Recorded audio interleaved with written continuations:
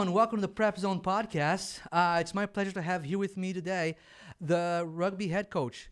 How are you, Coach? I'm doing very well. How are you doing? I'm doing great. Coach Jack Corcoran has been with the program since 2019. You're entering your sixth season, but it's your first one as a head coach. Is that correct? Correct, it is. All right. So the program's first state title was in 2022. I think that's when a lot of people in town started realizing, hey, our rugby team's pretty good. Yeah. So, How was that? I mean, in all honesty, the upbringing, the journey is always actually probably the best because you get to be with, all the kids. But yeah, once you finally win, I mean, it's pretty awesome. Great. It's great. You have a great feeling. Once we had that victory, that state championship, I mean, we were just like, we finally, we did it, guys. We really did it. And we went to nationals too, those 2 years prior too, and those were awesome. So us being ranked, within the top 10 2 years in a row, I mean, the success of the program awesome. has been really good. I mean, you guys are really, do that. So you've been playing rugby for 18 years. You started playing rugby at Fairfield Prep. Yes. So you're a local guy. Yes, I am. Been here all your life. I know it's like you mentioned, Staples is one of the best rugby programs in the country. You guys are ranked, really doing a really good job with that. You also played rugby at Southern Connecticut. Yes, I did. Right, that was awesome, cool. This was news to me. So apparently, there's a Fairfield Yankees men rugby club. Yes, there is. So you still play? Well, right now, no. I got injured, and I've been going the coaching thing for a while. So until I maybe feel like I want to play at my best, and I'm definitely not there right now. I had to tore my ACL meniscus in my last game. It's been rough, but a lot of my friends have been like encouraging me. So we'll see. We'll talk about it, and we'll see from there. But where it goes, right? Yeah, exactly. Well, you are currently also the head coach at Sacred Heart University. Yes, I just started coaching in August. It's great. That's amazing. You also own a personal training, JSC Fitness, and that's in Shelton. Yes, it is. That's the business I own. I personal train people one-on-one, and some people like 2 or 3 at a time. And yeah, I've been doing that for over 10 years now, since I graduated from Southern. That's amazing. Yeah. And you currently reside in Newtown. Yes, I just moved there, actually. I got married, and my wife and I got a house in Newtown in December. Congratulations. How long have you been married? Since June. Since June, wow. Yeah, very, she's like, hey, we're going to do this, move on, go from there. I love it. And, hey, it makes my life easy. Absolutely. Well, we like directions, right? If exactly. We're good with that. Oh, yeah. But, Coach, let's talk a little bit about, the rugby program and the rugby team. I know you have your 3 captains this year are going to be Kellen, Troy, right? And Andrew Rosman. So, yes, it is. Talk about coming off last season to this season. What do you expect this season to be like for the team? We're going to have a much more cohesive unit where everyone's sort of on the same page. The captains that we have now basically have created a culture that we're going to, anyone who comes to play us or we go to play them, it's going to be our best game that we're going to perform. We're not really worried about who it is we're playing. We're worried about our game. We're worried about just having victories because we play our best. That's a great point. Now, the rugby functions a little bit different than other sports. You guys are not an FCAC sport. Correct. So what explain to me the league and to our viewers and watch how does the league work and how does the season work? So rugby is quite different than almost every other sport. Like you just said, we're not in the FCAC and there's no like CIAC complete registration. So rugby isn't at every single school. Rugby is only at a few schools at a time. And there are different like divisions as you play. So rugby for us at Staples, we have a D1 and a D2 team. Those are both varsity teams, actually. We wouldn't consider it a JV team, although some people would argue because the D1 would be better than the D2. But teams like Darien right now and Fairfield Rugby Club was it last year, but they're not anymore. They're back to D1. But other teams have gone into D2 and made that their varsity sometimes because that's the best that program can do. But other teams, such as like Trumbull, just have a D1 team. So they're good enough to be in D1, but they don't also have a D2. They just went and got themselves what's called a Froshmore team. So freshman and sophomore are mixed. So we in Connecticut and in like kind of these areas, that's how we sort of change the leagues. So we have like what's called a D1 varsity, a D2 varsity, a Froshmore league, and then teams, if there is like they have a JV, they'll be what's called like in soccer a friendly, but teams will create a game where JVs might play each other, but it might not be in a league, if that makes sense. No, it does. So are you currently a cut sport, or do you kind of just take everyone and kind of put them where they should be? Right now, we are not a a cut sport. I would say, because if we're going to have three boys teams, you would need probably around 30 to 35 kids per team. Gotcha. So I would like to hit the over 100 mark before I even consider making cuts. Yeah. And with the way it's going, even if I did, maybe I could have a fourth team and make a JV team. So before you even need to think about cutting, we can just add more teams, because this is actually the positive about rugby. If you can do it, they allow you to have as many players and people as you can. You just have to be able to fund it.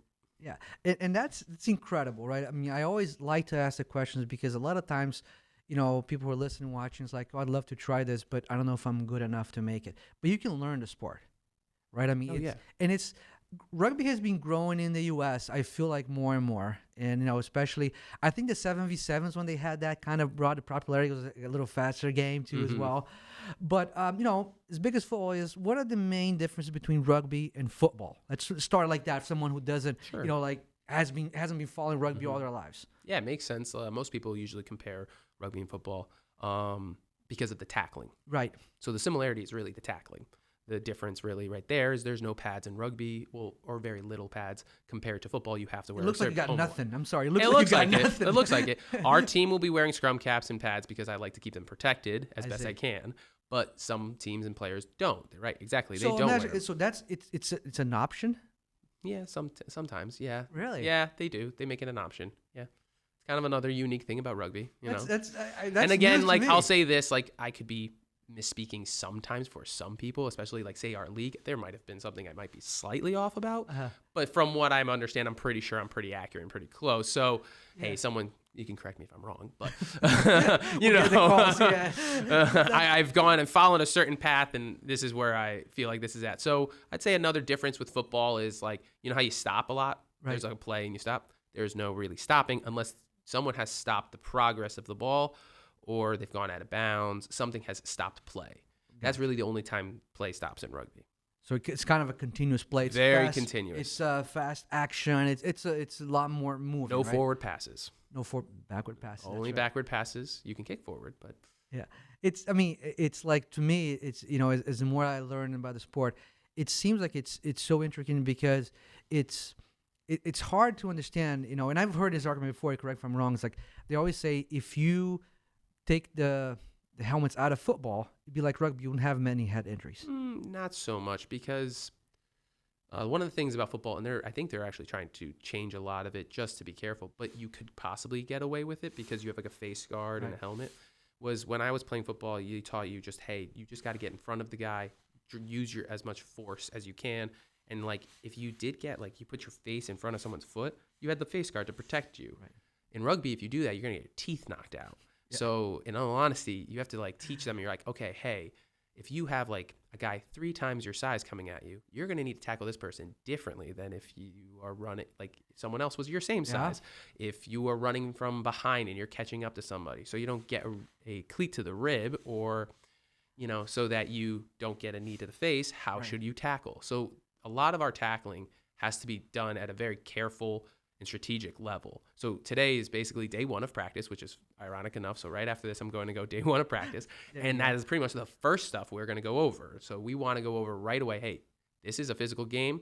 We're going to teach you the right way to do it. So we go very easy, basic. And then as we progress, we'll try to get more and more physical and go from there. And is it a fact that, I hear that a lot, that you don't have that many head injuries as they do in football because people don't use their head as a weapon? Correct. Now, that is also because of the fact that people play football way more in the U.S. So if you're getting those numbers so much in the U.S. versus, like, around the world sport, well, then I'm not 100% sure on that. But that's the reason why sometimes I agree with that statement. The only reason why you're also not seeing many injury head levels when you get to the professional rugby is because they've been taught so well. Yeah. They all run. I always notice this. When you see an inexperienced game, you see a lot more injuries. When you see a very experienced game, players just know how to run and where to run, and you don't see those injuries because they're just so good at the basics that it doesn't happen. Now, granted, when you're watching pro rugby, if you watch it all, you'll see a red card, you'll see a missed tackle. It happens. The rules are getting stricter. They're trying to really be like, you can't go above the sternum. So like in rugby, you cannot hit above this level. If you do, it's a penalty. And they highly, you can get a card like in soccer. You can get with basically a yellow card is 10 minutes off. Yeah. And then red card, you're out of the game. Completely. Do you play a man down when there's a red card? You do play a man down. So it's a and you play a man down with a yellow, but for 10 minutes. 10 minutes. So those punt, it seems like that's a lot harsher than it happens in soccer. Soccer, like the yellow card, the guy just keeps on the field. Mm-hmm. Rugby comes right out. Well, that's all. Yeah. So there's also that aspect of why people would argue rugby is safer than football. It's just the emphasis on the tackle is just so much more intense. Right. Like you get penalized intensively. Like the head-to-head helmet contact now in football, you know how you can't do that at all. That's where they're doing it now. But at the same time, if you look at it, if you watch a football player, they'll still dive at the ankles because, hey, you got to see it, right? All the time, yep. In rugby, if you really try to spear like a certain way, right, you'll get penalized for that too. But spearing's different, definitely, like just dropping down. Right. So there are you cannot do certain tackles. And that's interesting because people just, and I've heard this statement a lot. No, it's just it's football without pads, but there's a lot of difference between the two games. Oh yeah, a lot of differences. And now talk about the growth of the program that you have. When I know that you've been with the program for 6 years. Mm-hmm. First year head coach, like we mentioned, but you guys have been gradually growing. Yes. And what has been, you think, I don't know if you can pinpoint one thing, but what has been the key thing to keep the program always on the uprise? The town's investment in it. Absolutely, the town.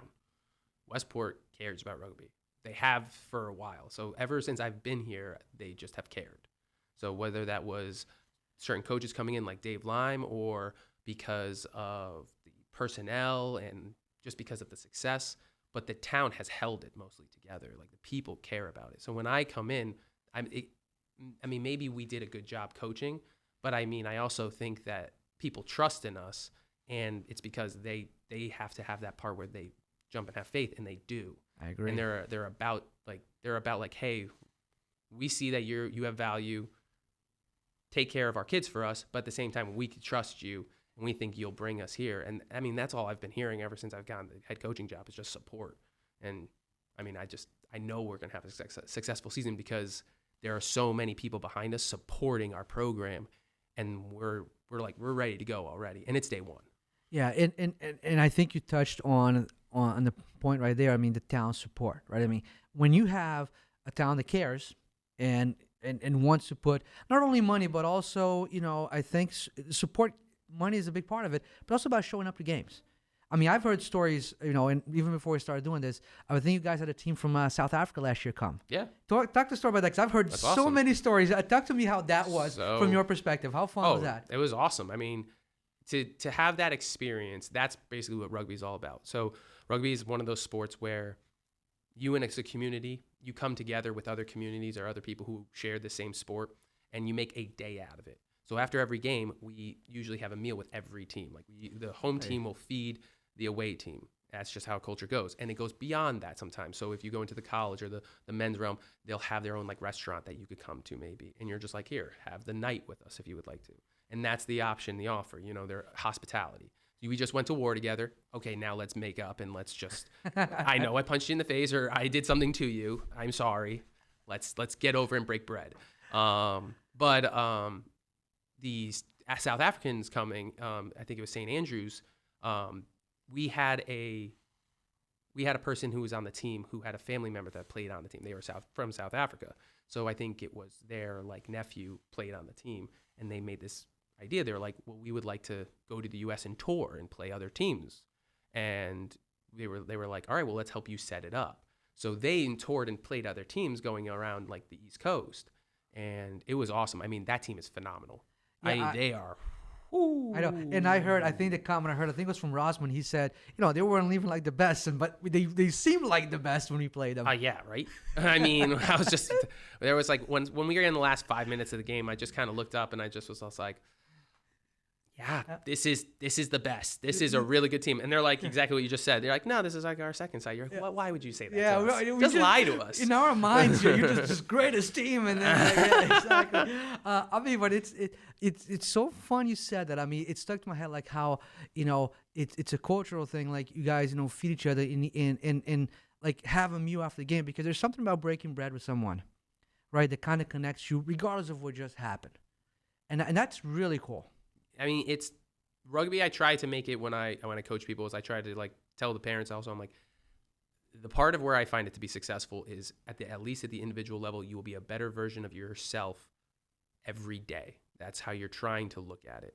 And if you have that mentality, you're going to succeed in life. And so let me help you with this through sport of rugby. This is how I'm going to help you through that. So guess what? There's going to be a bunch of guys who are going to physically try to beat you up and stop you from getting to your goal. How is your response going to be? Are you going to lash out, be fighting, be not good on the team, break our chemistry down? Or are you going to focus on us? Are you going to focus on your goals? Are you going to focus on how we problem solve? And then from there, what was your response? And again, what's your response? And what's your response after that? Because in life, that's just what's going to have to happen. It is. And I mean, you're talking something that's, very close to my heart as we cover all these different sports. I always feel like, some parents will look at it as like, it matters if my son, plays in college or if we win a bunch of games. And I always felt like it's more about if you live the sport a better person than you started, like a more respectful human being, some stories to tell, then your experience was what it exactly should have been. Yeah. And that's, I think, how you guys are looking at it. Yeah. Sports have made my life, for the better. And I just want to be able to pass that to kids from college and high school and just keep it going. Because, in college, I didn't want to stop. So I kept playing rugby, and that's why I chose rugby. And then I want to just keep it going and be like, hey, there's this sport out there, that we should grow here in America. And it has the opportunity to do so for many, many people. Well, and here's why I think it's going to. When I moved to the United States, I was around 93, 94. And soccer was like non-existent. Right? Think about what it is now. I mean, all the major channels carries all the leagues from around the world. There's a league. So think about how long it took. But when the product is good, which I know rugby is, it's just a matter of time before it catches on. Yeah, I hope so. Yeah, we just have to.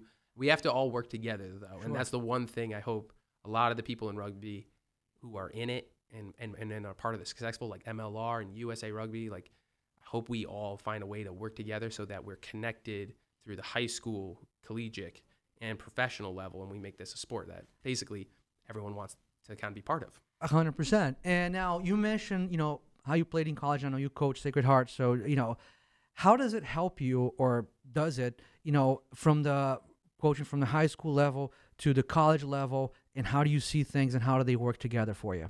They definitely help hand in hand with a lot of different things. We just kind of experienced it not too long ago.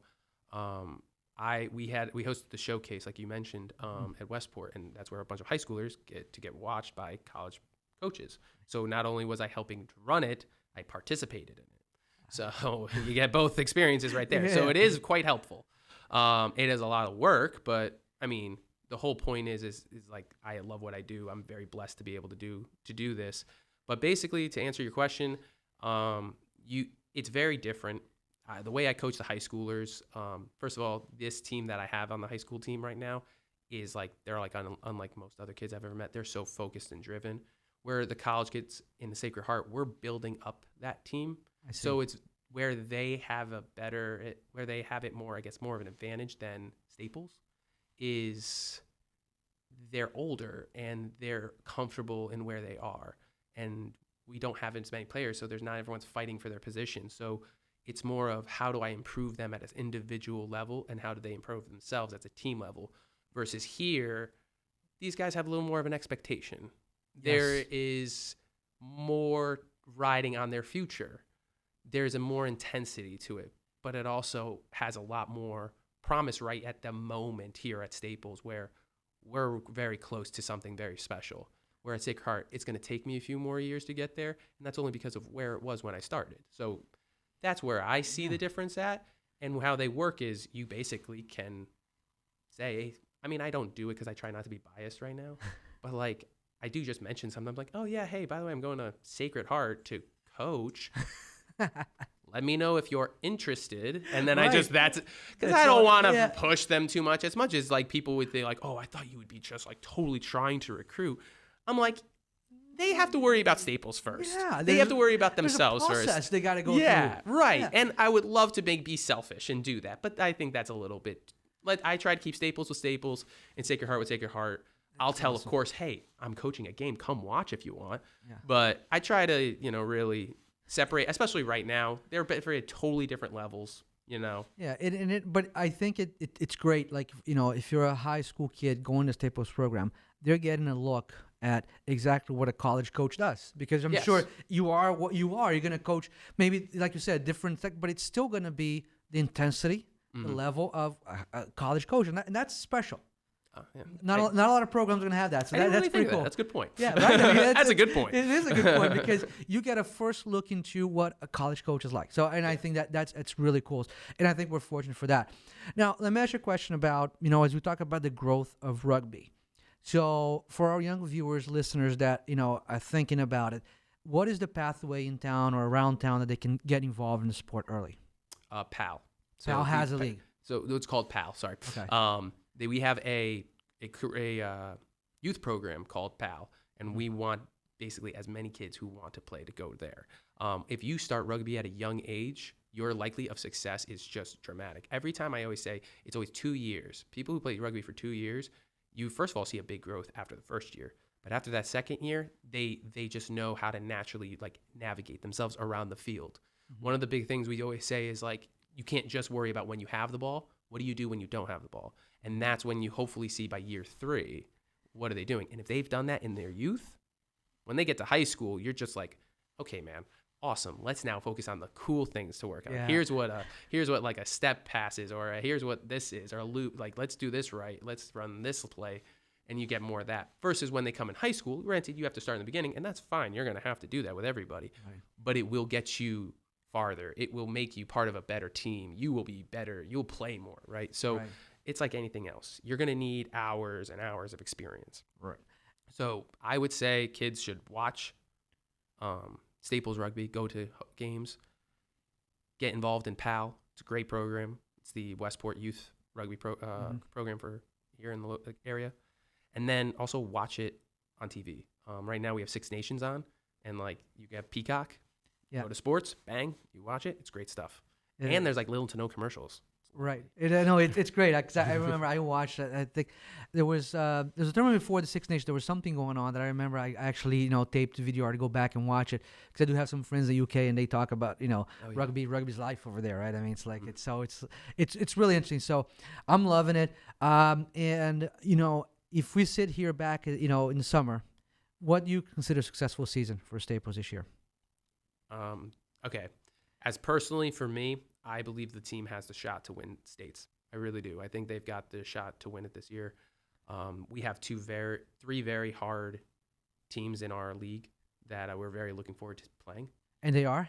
Fairfield Prep, Greenwich, and then the surprise, we're going to beat Simsbury because Simsbury beat us last year, and we were very upset by that, but they had a good team rolling in, and we want to beat them this year. So we're going to go ahead and do that. Prep and Greenwich are ranked in the top 10 this year in the country. And so Prep won states last year, and we're excited to play them. Greenwich is always a good competitor. They've always, had a good game, had always, You guys won the championship against them, that game, right? Yes, we did. Against Greenwich, I remember. Yes, Greenwich has made it to the state championship or won it plenty of years. Plenty. They've been pretty much the dominant for a long time. And, now Prep, us, we've kind of last 2 years changed it up. They're going to be hungry for another year. So, they're going to be coming. And then, like I said, Simsbury's more personal. We would like to beat them this year because we lost to them. And then take them to dinner. They're going to take us to dinner that year. We'll be like, oh, thank you very much. But if you're seeing it, thank you. I love that. Yes, it's so great. But yes, I would like to win those. And then we're playing 2 out-of-conference games. So one of the things about rugby that's cool is we can play teams that are not from the state. Mm-hmm. So we are going to play Pelham on the 10th. So that's the first game, March 10th. We're into there. Hopefully everyone will be there. And then here at Staples. And then we will go down to Georgetown Prep in Maryland on May 5th. And we'll have both the D1 and D2 go down there. We'll play 2 games. Same exact thing. Hopefully have a good game, bring home W, and go from there. No, that's awesome. I mean, I want to wish you guys the best. Like, I think it's going to be a great season. I can't wait to start covering. I think it's going to be awesome. And Coach, I want to thank you so much for your time and being here. It was really great. And before we go, I want to do some quick hits here so people get to know it a little bit on a personal level. You cool with that? Oh, boy, here we go. Let's do it. All right. Morning person or night owl? I guess now a morning person I have to be. I'm up every morning at 5 a.m. So I'm not happy about it, but I guess now I'm a morning person. Well, you're doing it. Yeah, I'm doing it. All right. Texting or calling? Calling. Everyone hates it, but I call. All right. What is the last series you binge watched? Oh, God. That's hilarious. Avatar: The Last Airbender. Oh, there you go. It was my childhood favorite show, and they came out with a new one, and I was like, I haven't seen this in years.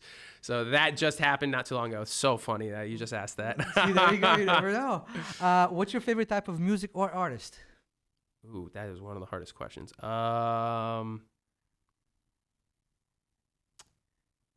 Because we all have this, I call it a guilty pleasure on our phones. That's right? sort of true. That's true. I like kind of the old stuff. I mean, my dad made me a Van Halen fan, but I would probably say I like Led Zeppelin a little more. But that's older. If he went more new, I do like Imagine Dragons, so I guess that's a little bit of guilty pleasure. That's good. No, that's good. Listen, I've never been to a show, but I've seen their shows. It looks like it's a pretty nice production. I like listening to like meditational music, in all honesty. It's weird, but like I'm in the car, I'm like, I need to calm down, or I listen to nothing. It's weird, but it's true. I think my younger son does that quite a bit too. Yeah. So it's like just a kind of a mood music to just kind of get you going. I do that more. Yeah. That's valid. All right. Vacation. You're looking for adventure or relaxation? Oh, I do love adventure, but right now, relaxation. All right. Batman or Superman? Batman. Comedy or drama? Comedy. Your favorite board game or card game? Settlers of Catan. Fictional character you'd want as your best friend? Ooh, that's a good one. Fictional character I'd want as my best friend. I know you're going this way. That was a good one. Might Guy from Naruto. Yep, I watch anime. There you go. If you could go back and relive one day in your life, relive it or watch it from afar, which day would it be? Say it one more time. If you could go back and relive one day in your life, you can either watch it or actually live it again. What day would that be? I am not going to bring you to tears, so I'm going to pay my second one, winning the national championship when I played rugby. Awesome. I am not going to bring you to tears today. No, we're good. So, right. Coach, thank you so much for being here. This is so much fun. Best of luck in the season. We'll be out there covering you guys. Thank you very much. It was a pleasure being here.